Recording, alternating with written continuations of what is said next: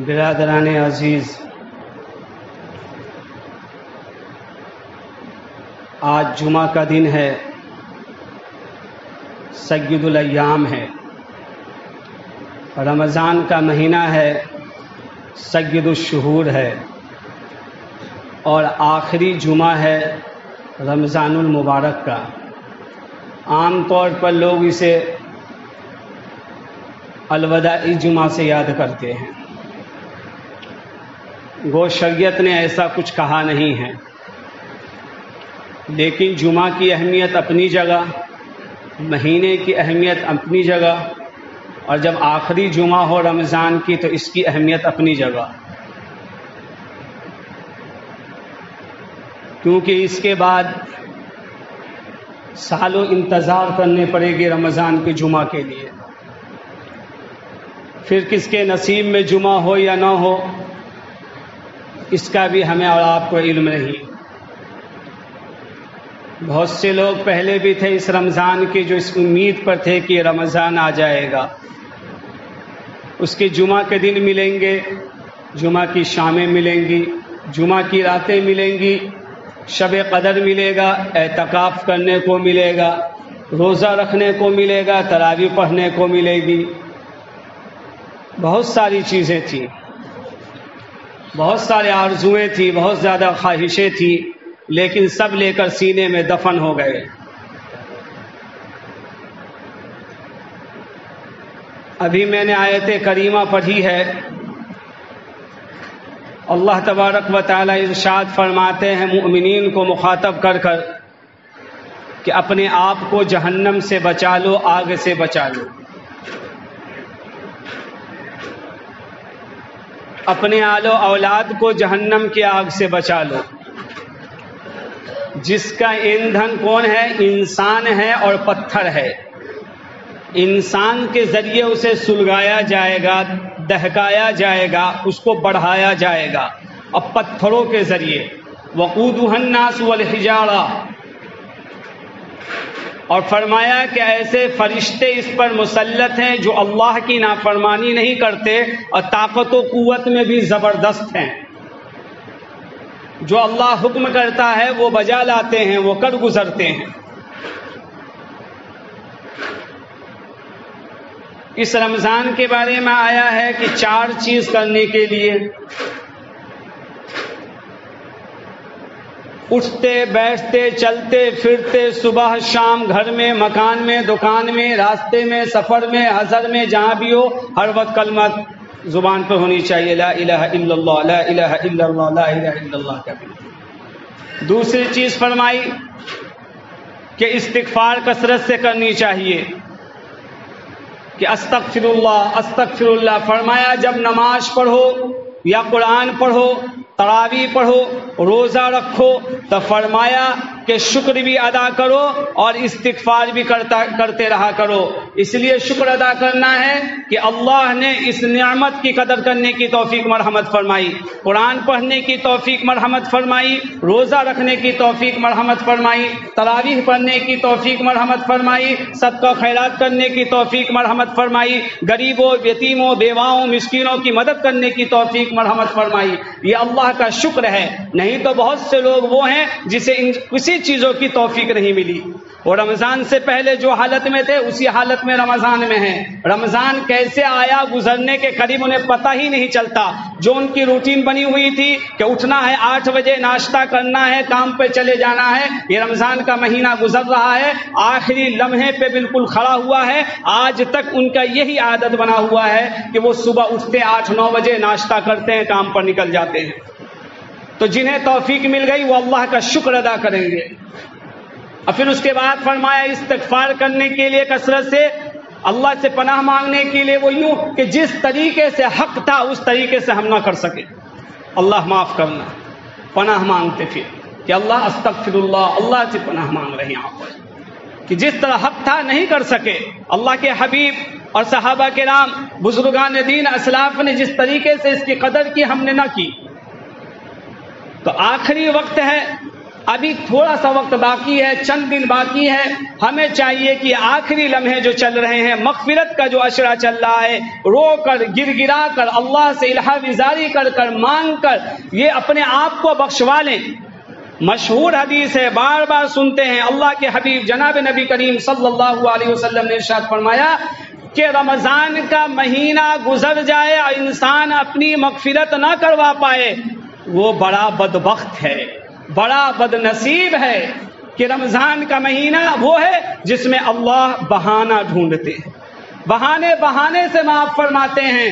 اور ایک روایت میں آتا ہے کہ روزانہ افطار کے وقت 1,00,000 مسلمانوں کی بخشش کر دی جاتی ہے، مومن کی بخشش کر دی جاتی ہے.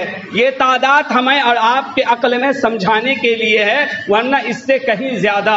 اور فرمایا جب آخری رات آتا ہے، چاند رات، عید والی رات جو ہوتی ہے، فرمایا جتنے لوگوں کو ان 30 دنوں میں 29 دنوں میں اللہ نے معاف کیا ہے، اتنے ایک دن میں ہی بخشش کر دیتے ہیں، جہنم سے نکال کر جنت کا فیصلہ ہو جاتا ہے.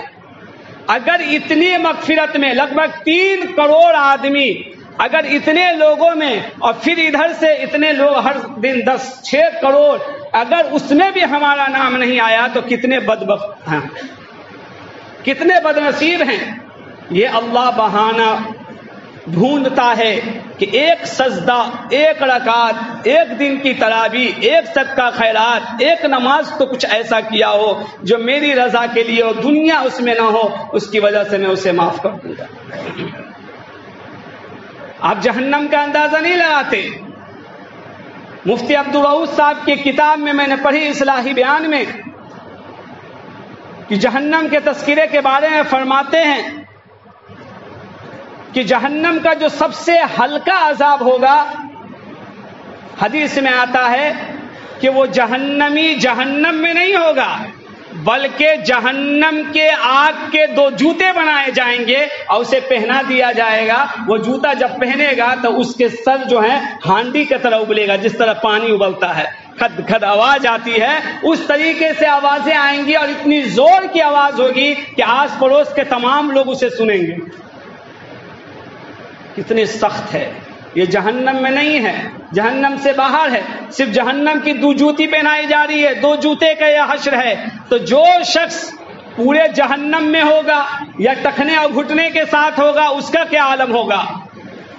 فرمایا جو شخص اپنے لنگی کو، اپنے پینٹ کو، اپنے تہبند کو، کسی بھی چیز کو، پیجامے کو ٹخنے سے نیچے پہنتا ہے، چاہے وہ دفتر میں ہو، مسجد میں ہو، دکان میں ہو، مکان میں ہو، سفر میں ہو، رشتہ داری میں ہو، شادی بیاہ میں ہو یا مرمیت میں کہیں بھی ہو، فرمایا کبر کی وجہ سے اگر ہو تو فرمایا کہ یہ شخص ٹخنے کے ساتھ جہنم کے اندر ہوگا. بتائے کیا حشر ہوگا. آج ہم لوگ اسی طرح پہنتے ہیں. یہ جہنم کی ہولناکی. ایک روایت میں ہے کہ جہنم کو اللہ تبارک و تعالی نے 1000 سال تک دہکایا، اس کی شدت کو تیز کیا، یہاں تک کہ وہ سرخ لال ہو گیا وہ جہنم پورا کا پورا آگ سے. پھر فرمایا 1000 سال تک اور دہکایا جائے. جب 1000 سال اور دہکایا گیا تو وہ زرد اور پیلا پڑ گیا. فرمایا پھر 1000 سال تک دہکایا جائے. جب 3000 سال مکمل ہوئے تو وہ ایک دم سیاہ اور تاریک اور کالا پن ہو گیا. فرمایا یہ ہمیشہ اسی طرح رہے گا.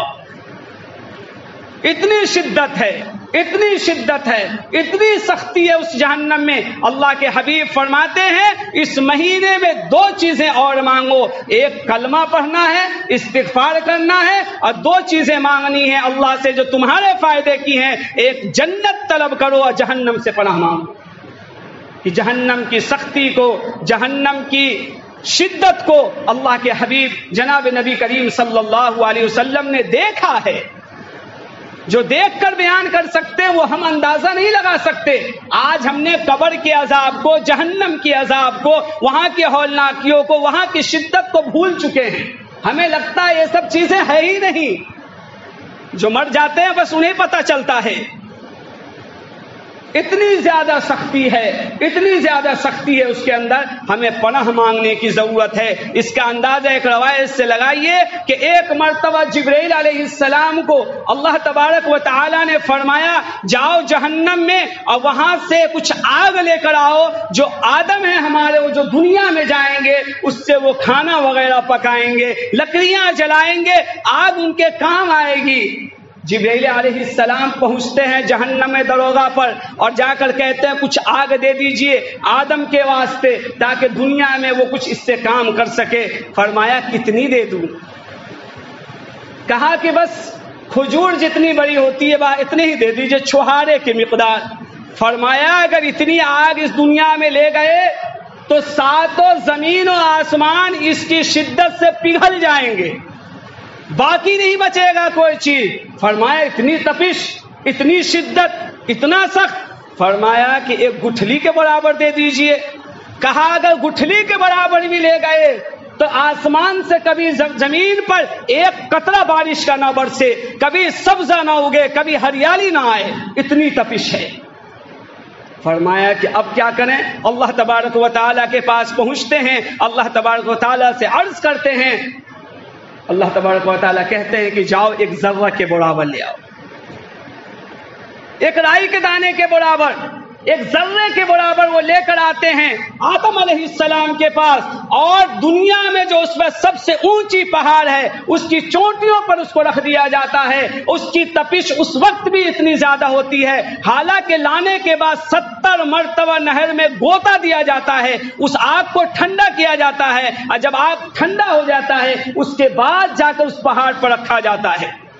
تو اس کے ٹھنڈا ہونے کے بعد اتنی شدت تھی کہ پورے پہاڑ کے اندر اس کی آگ سرایت کر گئی، جگہ جگہ سے پہاڑ سے دھوئیں نکلنے لگے، شعلے نکلنے لگے۔ اللہ تبارک و تعالیٰ نے فرمایا اس رائی کے دانے کے برابر جو تم نے آگ لایا اسے واپس ڈال دو۔ واپس جہنم میں داخل کر دیا گیا۔ اس دھوئیں کا اثر یہ ہے آج دنیا میں کہ ہم آگ پر انگلی نہیں رکھ پاتے، اس سے ہم کھانا پکاتے ہیں، اس سے مکانیں جل جاتی ہیں، دکانیں جل جاتی ہیں۔ آگ کی تپش کو دیکھ کر لوگ حیران ہو جاتے ہیں۔ اندازہ لگائیں کہ جہنم کی آگ کتنی ہولناک ہوگی۔ اللہ تبارک و تعالیٰ قرآن کریم میں فرماتے ہیں وقودها الناس والحجارہ، کہ بچا لو اپنے اولاد کو اس پتھر سے، جس آگ سے جس کا ایندھن پتھر اور انسان ہے۔ یہ آخری اشرا ہے، مغفرت کا اشرا ہے۔ ہمیں چاہیے کہ ہم اپنے آپ کو اللہ کے سامنے اس طریقے سے پیش کر دیں کہ اللہ تعالی ہمیں معاف کر دے، جنت ہمارا مقدر کر دے، جہنم سے دور کر دے۔ ایک مرتبہ جبرائیل امین سے اللہ کے رسول پوچھتے ہیں، وہ ضعیف حدیث ہو لیکن بہت سے لوگوں نے بیان کیا ہے کہ جہنم کے جو طبقے ہیں وہ 7 ہیں اور جنت کے طبقے 8 ہیں۔ اس میں مصلحت ہے، اللہ چاہتا ہے کہ اللہ یہ چاہتا ہے کہ کسی طریقے سے امت جو ہے، انسان جو ہے وہ کیا ہو جائے، جنت میں جانے والا بن جائے۔ ظاہر سی بات ہے، ایک طرف کے 7 دروازے ہوں، ایک طرف کے 8 دروازے ہوں، بڑے بڑے دروازے ہوں، جب رش جائے گی تو زیادہ 8 والے میں داخل ہوں گے۔ فرمایا کہ جہنم کا طبقہ کیسا ہے؟ فرمایا کہ اوپر نیچے ہے، تہ بتہ ہے، تہ بتہ ہے۔ کہا کون کون داخل کیے جائیں گے؟ جبرائیل امین فرماتے ہیں کہ جو سب سے نچلا طبقہ ہے اس سے اوپر والا جو طبقہ ہے وہ اس سے کم ہے، یعنی اس میں تپش کم ہے۔ پھر اس سے اوپر چلے جائیں اس میں شدت اور کم ہے، اس سے اوپر چلے جائیں اس میں شدت اور کم ہے۔ فرمایا سب سے زیادہ شدت والا جو ہے اس میں کس کو داخل کیا جائے گا؟ فرمایا منافق کو داخل کیا جائے گا، منافق کو داخل کیا جائے گا، جو دلوں میں تو بغض رکھے ہوئے ہیں، اسلام سے دشمنی رکھے ہوئے ہیں، لیکن ظاہر طور پر اپنے آپ کو مسلمان کہتے ہیں۔ اب یہ صفت جس انسان کے اندر داخل ہوگا وہ اس صفت میں اپنے آپ کو شمار کر سکتا ہے کہ منہ پر کچھ ہے، دلوں میں کچھ ہے، کہتے نہیں آستین کے ساتھ ہیں۔ کہا ایسے لوگوں کی عذاب سب سے سخت ہے۔ پھر فرمایا دوسرے طبقے میں مشرکین کو داخل کیا جائے گا، اللہ کے انکار کرنے والے کو داخل کیا جائے گا، اللہ کے ساتھ شریک کرنے والے کو داخل کیا جائے گا. تیسرے طبقے میں فرمایا صائبین کو داخل کیا جائے گا. یہ بھی ایک کفار کی جماعت ہے جسے قرآن کریم میں بھی وہ صائبین کر کے تذکرہ کیا گیا ہے, اس کو داخل کیا جائے گا. چوتھے میں فرمایا مجوسی کو داخل کیا جائے گا, جو سورج کو پوجتے ہیں, آگ کو پوجتے ہیں, انہیں داخل کیا جائے گا. اور فرمایا کہ جب پانچواں طبقہ آئے گا تو یہودیوں کو داخل کیا جائے گا, اور چھٹے میں عیسائی کو داخل کیا جائے گا. جبریل علیہ السلام اتنا کہہ کر خاموش ہو جاتے ہیں. اللہ کے حبیب فرماتے ہیں کہ اس کے آگے تو بتاؤ. جب کئی مرتبہ اصرار کرتے ہیں, واقعہ بہت لمبا وقت نہیں ہے, تو اللہ کے حبیب فرماتے ہیں اللہ کے حبیب کو جبریل علیہ السلام کہ اس میں آپ کے امتی کے وہ گنہگار لوگ داخل ہوں گے جو بغیر گناہ کیے جہنم دنیا سے چلے گئے ہوں, بغیر توبہ کیے دنیا سے چلے گئے ہوں. فرمایا کہ وہ گنہگار امتی آپ کے داخل کیے جائیں گے جنہوں نے گناہ تو کیا اس دنیا میں لیکن توبہ کی نوبت نہ آئی اور چلے گئے, اسے وہاں داخل کیا جائے گا. اللہ کے حبیب جناب نبی کریم صلی اللہ علیہ وسلم پریشان ہو گئے. امت کا درد تھا بہت زیادہ, امت کی محبت تھی بہت زیادہ, امت سے شفقت تھا بہت زیادہ. بے ہوش ہو کر گر جاتے ہیں, ایک روایت میں ہے, بھلے ضعیف روایت ہو, لیکن اللہ کے نبی کو صدمہ تو ہمیشہ تھا, امت کی فکر تھی. فرماتے کہ میری مثال ایسی ہے کہ تم جہنم میں جا رہے ہو, صبح شام رات دن گناہ کرتے ہو جہنم والے. میری مثال ایسی ہے کہ میں تمہیں کھینچ کھینچ کر وہاں سے لاتا ہوں اور بچاتا ہوں کہ کہاں داخل ہو رہے ہو, یہاں آؤ یہاں آؤ, یہ جنت کا راستہ ہے, یہ نیکیوں کا راستہ ہے, یہ اللہ کی رضا کا راستہ ہے, یہ اللہ سے قریب ہونے کا راستہ ہے. یہ انسانوں کی حالت ہے. فرمایا کہ اللہ کے نبی صلی اللہ علیہ وسلم بے چین ہو گئے. اللہ کی طرف سے حکم آیا کہ ہمیں تمہیں خوش کر دوں گا قیامت کے دن. اللہ کے نبی صلی اللہ علیہ وسلم مسکرانے لگے کہ اللہ کے نبی صلی اللہ علیہ وسلم کی سفارش قبول کی جائے گی. جو دنیا میں بھی ہمارے لیے تڑپتا رہا, سسکتا رہا, بلکتا رہا, روتا رہا, رات میں بھی دن میں بھی, صبح میں بھی, شام میں بھی, قیام میں بھی, رکوع میں بھی, سجدہ میں بھی, اور سفر و حضر میں بھی ہر وقت امت کی فکر لیے رہا. آج اس کی امت کا حال یہ ہے کہ نبی صلی اللہ علیہ وسلم نے فرمایا کہ سب سے بڑا بخیل وہ ہے جب میرا نام آئے تو درود نہ پڑھے, جب نبی کا نام آتا ہے تو ہم لوگ درود بھی نہیں پڑھتے. اللہم صلی علی محمد النبی الامی وعلی آلہ وسلم تسلیما. یہ حال ہے امت کا کہ اس مہینے میں اگر ہم نے اپنی بخشش نہ کروا پائی تو سمجھ جائیے. ایک حدیث ہے جو بیان کر کے ختم کر رہا ہوں, ہمیشہ سنتے ہیں, ہر سال سنتے ہیں, کتابوں میں پڑھتے ہیں کہ اللہ کے نبی صلی اللہ علیہ وسلم جب ممبر پر چڑھتے ہیں تو فرماتے ہیں آمین, پھر آمین آمین 3 مرتبہ. صحابہ پوچھتے ہیں کیا بات ہے؟ فرمایا کہ ایسی ایسی بات ہے, جبرائیل آئے اور کہا کہ بس فلاں فلاں کے لیے بددعائیں کی, مجھے آمین کہنے کو کہا, میں نے آمین کہا.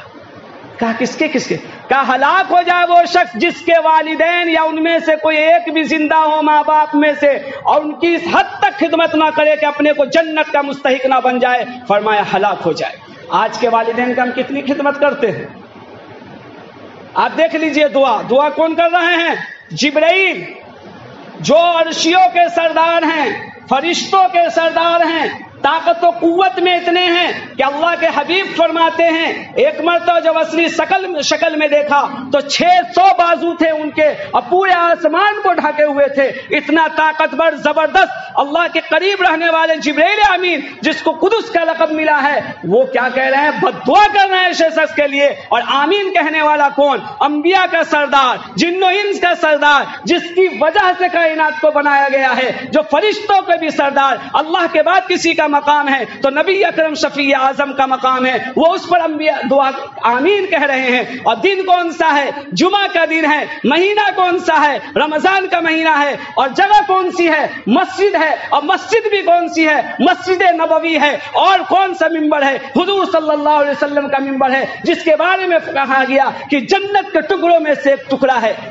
آپ اندازہ لگائیں, کیا اس کی دعا میں اور آمین میں کیا کوئی شک ہے کسی کو؟ قبولیت میں کوئی شک ہے؟ کوئی شک نہیں ہے. ایسی دعائیں قبول ہو جاتی ہے. فرمایا ماں باپ کو اگر شفقت محبت اور پیار بھرے نظر سے صبح شام میں اگر ایک مرتبہ بھی دیکھ لیا تو ایک مرتبہ دیکھنے سے ایک حج مقبول کا ثواب ملتا ہے، عمرہ کا ثواب ملتا ہے۔ 10 مرتبہ دیکھ لیا تو 10 مرتبہ ملے گا، 50 مرتبہ دیکھ لیا تو 50 مرتبہ ملے گا۔ جس نے خدمت کی ہے اور خدمت کر رہے اس کا ثواب کیا ہوگا؟ دیکھنے کا جب یہ ثواب ہے تو جنہوں نے نہیں کرنا جا کے بھائی آج بھی منا لیں اور پیارے بھرے نظر سے دیکھ لیں اور ان کی خدمت کر لیں جا کر، یہ موقع ہے، ورنہ اللہ کے نبی صلی اللہ علیہ وسلم کے آمین اور جبریل امین کے بددعا سے بچ نہیں سکتے۔ یہ اور جن کے والدین جا چکے ہیں ان کے لیے بھائی نماز پڑھ کر، روزہ نفلی رکھ کر، اسی طرح قرآن پڑھ کر ان کے لیے بخش دیجیے، صدقہ خیرات کر کر ان کے ناموں پر، غریب و بیداؤں یتیموں پہ مدد کر کر ان کے ناموں پر ان کو بخش دیجیے، یا ان کے رشتہ دار جو جاننے والے جیسے ان کے دوست ہیں، احباب ہیں، ملنے جلنے والے ہیں، ان سے اچھے تعلق بنائیے۔ فرمایا یہ بھی قریب ہو جائے گا، یہ بھی قبولیت کی علامت ہے۔ اور فرمایا کہ بس رمضان کا مہینہ گزر جائے اپنی مغفرت نہ کروا پائے اس پہ بھی آمین کہا۔ تو بھائی رمضان کا مہینہ ہے، آخری اشرا بھی بس ختم ہونے والا ہے، مشکل سے اگر آج کے دن ہٹا دیے جائے تو پھر ایک ہی دن بچتے ہیں۔ اتوار کے دن کیا ہے؟ چاند رات کا دن ہوگا، سوموار کو عید ہوں گی، تو بس بچے کتنے دن؟ یہ جو لمحے ہیں نا، پل پل کے لمحے، یہ ملیں گے نہیں دوبارہ، یہ ملیں گے نہیں جی۔ جھولی ہماری تنگ ہے، مانگیں گے کیا؟ مانگنے والا تو آئے، اللہ دینے کے لیے تیار ہے، بخشش کروانے والا تو آئے، بخشش کرنے کے لیے تیار ہیں۔ بس سبکتین ایک بادشاہ گزرا ہے، 4 بیویاں تھی اس کی، 3 بیوی تو بڑی حسن و جمال کی مالک تھی، ایک بیوی تھوڑی کم تھی، اور وہ تینوں اچھے خاندان کی تھی، اچھے حسب و نسب و مال والی تھی، اور شکل و صورت سے بھی اچھی، اور ایک سب چیز میں کم تھی، لیکن وہ بادشاہ اسے ہی زیادہ چاہتا تھا۔ ایک دن تینوں نے مشورہ کیا، ہمارے اندر کمی کس چیز کی ہے، ہمارے اندر کمی کس چیز کی ہے کہ بادشاہ کی توجہ اسی کی طرف زیادہ ہے، ہم ہر چیز سے اس سے بڑھے ہوئے ہیں۔ بادشاہ کے پاس آ کر شکایت کرنے لگی، تھوڑی چڑھتی بھی تھی کہ اس کو کیوں چاہتے ہیں۔ بادشاہ کے پاس آ کر جب بات کہی، کہا وقت آنے دو تمہیں بتا دیا جائے گا۔ ایک دن بادشاہ نے ایک کمرے میں بہت سے ہیرے جواہرات، جتنے بھی اچھی اچھی چیزیں تھی سب کو، سونے چاندی کو جمع کیا، اچھے اچھے زیورات رکھ دیے، اور وہاں داخل ہوا اپنی بیوی کو لے کر، اور کہا کہ آج میں فلاں کام سے اتنا زیادہ خوش ہوں کہ میں چاہتا ہوں کہ آج تم لوگ جس چیز پر ہاتھ رکھ دو گے وہ سب تمہارا، یہاں جتنے چیز موجود ہیں۔ وہ تینوں تو ہوشیار قسم کی، اچھے خاندان نسب والی، خوبصورت، وہ تو سارے جلدی جلدی زیور اوور سب لے لیے اپنے پاس، اور لینے کے بعد آ گئی اور ہنسی مذاق کرنے لگی، یعنی چڑھانے لگی اس کو۔ وہ کھڑی ہوئی تھی بس یوں ہی خاموشی کے ساتھ، کہتی نہیں تھی میں کہ یہ بیوقوف ہے اور آپ اسی کو چاہتے ہیں، اس کی عقل بھی کم ہے، اس کے خاندان کی شرافت بھی کم ہے۔ پھر اس کو بلاتا ہے بادشاہ اور کہتا ہے کہ بس تم کیوں نہیں کوئی چیز لی اس میں سے؟ کہا آپ نے جو بات کی تھی اس بات پر قائم رہیں، آپ تصدیق کریں اس بات کی کہ آپ نے کہا تھا یہ بات کہ یہاں جتنی چیز موجود ہے جو جس پر ہاتھ رکھ دے گا وہ اس کا ہو جائے گا۔ کہا ہاں میں نے کہی تھی، وہ بادشاہ کے اوپر یوں ہاتھ رکھتی ہے، ہمیں اندازہ لگائے، جب بادشاہی آپ کا تو ساری چیز آپ کی۔ بادشاہ نے کہا میں کہا نہیں تھا کہ کچھ چیزیں تم سے زیادہ ہے اس کے اندر۔ سب حیران ہو گئی۔ اسی طرح ہم اللہ کے دربار میں آ چکے ہیں، اگر ہم اللہ کو چاہ لیں اللہ کے ہو جائیں تو روزہ نماز سب پیچھے، زکوٰۃ خیرات سب پیچھے، اللہ کی رضا مقصود ہے ساری چیزوں میں، اللہ راضی تو جگ اپنا ہے، دنیا اپنی ہے، کوئی چیز کی کمی نہیں، لیکن اللہ ہی نہیں تو دنیا لاکھ بنا لیجئے، آخرت کے لیے کام زیادہ کر دیجئے۔ فرمایا نہیں ایک کافر بھی صدقہ کے طور پر دیتا ہے، لوگوں کی مدد کرتا ہے، مسلمان کیا دیں گے؟ وہ اربوں خربوں میں خرچ کرتا ہے، لیکن بتایا کہ اگر ایمان نہیں ہے تو اس کا فائدہ صرف دنیا میں اسے ملے گا، آخرت میں نہیں ملے گا۔ ایمان شرط ہے، جب ہمارا ایمان کا لیول بڑھا ہوا ہوگا تو پھر اللہ بھی قریب ہوگا، پھر سارا جگ بھی اپنا ہوگا۔ اللہ سے دعا کریں، چند منٹ باقی ہیں، چند دن باقی ہیں، چند گھنٹے باقی ہیں، بس اللہ تعالیٰ جو ہے ہمیں قبول کر لے اور اس رمضان کو ہمارے لیے مغفرت کا ذریعہ بنائے، آمین۔ عید کا ٹائم مقرر کر لیا جائے، کیا بتائیے کوئی، کیا ابھی ٹائم ہو رہا ہے صبح صادق، طلوع آفتاب 5:50 پر ہے، اور آدمی ٹھیک ہے 7 بجے، کوئی نہیں بول رہے ہیں، چلیے بہتر ہے انشاءاللہ 7 ہی بجے رہے گا۔ ہاں ارے عید کے دن کی نماز تو فجر میں آ ہی جانی چاہیے انسانوں کو، ابھی کا وقت کا مسئلہ اتنا زیادہ چل رہا ہے، مسلمانوں پر اتنے ہر طرف سے ظلم و ستم ہے، فلسطین کی یہ حالت ہے۔ آج تو مسلم پرسنل لا کی طرف سے یہ تھا کہ ہر آدمی مسجد جائے تو کالی پٹی باندھ کر جائے، جی ہر جگہ شہروں میں یہ اعلان کیا گیا، گاؤں ہے نہیں پتہ چلتا ہے، لیکن اتنے اچھے حالات نہیں ہیں جتنے آپ کو یہاں گاؤں میں رہ کے پتہ چل رہا ہے، جی اتنے جنتر منتر پہ دھرنا ہو رہے ہیں، پٹنہ میں دھرنا ہو رہا ہے،